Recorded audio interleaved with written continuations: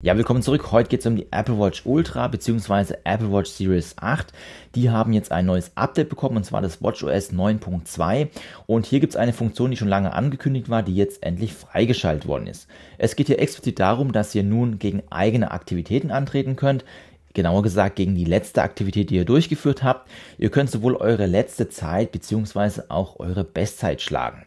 Aber ich würde sagen, wir schauen uns das Ganze jetzt einfach mal in der Praxis an. Ja, dann starten wir mal das Training, um mich selber zu schlagen. Da gehen wir einfach hier auf die Aktivität hinein. Und da sehen wir jetzt auch schon hier oben ist direkt das Laufen ausgewählt. Da müssen wir einfach nur auf die 3 Punkte gehen. Und dann sind wir hier in einem Bereich, wo wir die normalen Trainings haben. Also hier können wir dann auch die Zeit einstellen oder auch die Strecke oder auch eigene Trainings. Das ist hier alles untergebracht. Ja, das sehen wir, auch die letzte Strecke waren jetzt 5 Kilometer gewesen am 20.11. Jetzt können wir auf den Stift hier oben drauf gehen. Dann bekommen wir eine Übersicht der Strecke. Der grüne Punkt ist quasi da, wo ich gestartet bin, und der rote Punkt, wo das Ganze beendet worden ist. Und ich kann mir das Ganze dann auch nochmal im Detail anschauen, wie der Streckenverlauf war, wie ich dann laufen muss. Und so weiß ich dann ungefähr, ja, oder nicht ungefähr, sonst weiß ich genau, wie ich dagegen antreten muss. Dann bekomme ich unten nochmal so eine kleine grafische Übersicht. Dann kann ich mir noch Rennhinweise aktivieren. Zum Beispiel die Rennposition, das ist jetzt das, damit ich weiß, wo ich stehe.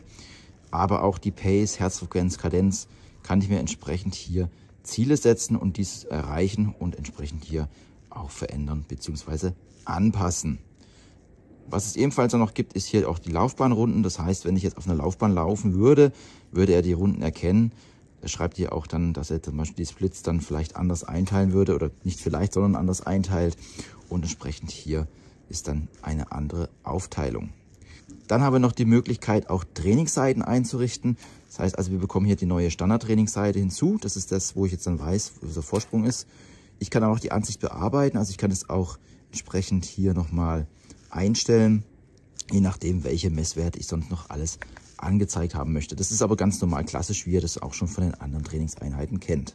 Und hier haben wir jetzt 2 Optionen. Die erste Option ist, gegen die persönliche Bestleistung anzulaufen. Die war vom 16.01.22. Oder dann hier zuletzt am 20.11. eine langsame Pace mit 7,44. Ja, aufgrund der Witterungsverhältnisse aktuell, wenn alles Schnee ist, werde ich einfach mal das zuletzt nehmen. Und dann könnt ihr einfach hier auf Training starten gehen. Und hier kriege ich auch schon die Anweisung weiter zur Strecke. Gut, dann würde ich sagen, laufen wir jetzt einfach mal los und schauen einfach mal, wie sich das Ganze hier in Praxis widerspiegelt.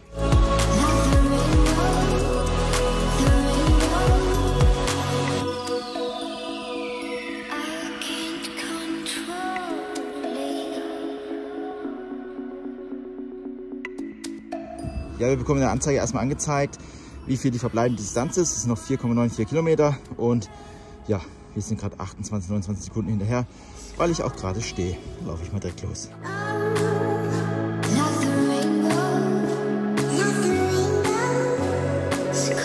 So, wir haben jetzt hier noch einen Vorsprung von 40 Sekunden rausgelaufen und ich werde hier vorne jetzt mal links abbiegen, weil das ist nicht auf der Strecke. Dann schauen wir mal, was passiert.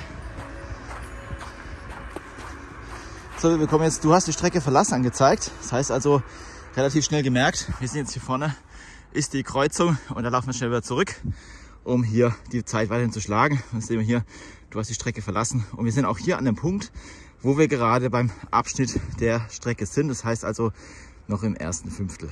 So, jetzt bewegen wir uns zurück auf die Strecke und dann schauen wir mal schnell, wie gut er schnell das erkennt. Ja, wir sind auch gut, ich bin hinten dran. 30 Sekunden, wir sehen hier das rote Männchen. Und das Weiße ist vorne, wo ich dann eigentlich sein sollte. Ja, ich bekomme jetzt keine Meldung mehr, dass ich zurück bin. Also da gab es jetzt keine Meldung mehr. Ja, ihr bekommt auch immer, wenn ihr dann außerhalb der Zone seid, das heißt also, wenn ihr schneller seid, beziehungsweise zu langsam und es eintritt, bekommt ihr eine Meldung auf die Uhr. Es gibt eine Information und Text und dann wird die Anzeige entsprechend aktualisiert.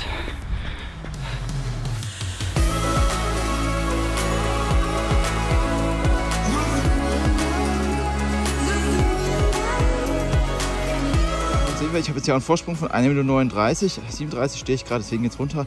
Das grüne Männchen bin ich und das weiße Ende ist ja mein virtuelles Männchen, beziehungsweise ich selber auch. Und wenn wir jetzt hier mal durchscrollen, sehen wir auch hier, ich stehe jetzt, wie gesagt, aktuell Pace ist nichts da, haben wir hier alle normalen Datenfelder vorhanden. Den Herzfrequenzbereich, aber auch dann die diversen, ja, zum Beispiel auch hier die Höhe oder dann auch natürlich das Powerfeld und natürlich die Aktivitätsringe. Ja, dann würde ich aber sagen, dann schlagen wir mal weiter, mein virtueller Mann. Der Vorsprung wird gerade geringer.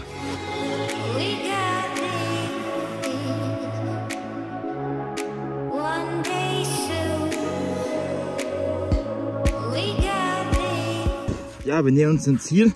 Noch 130 Meter. Dann schauen wir mal, was passiert. Ja, ab den 10er Schritten wird dann auf Meter runtergezählt. So, Ziel erreicht, verbleiben 0.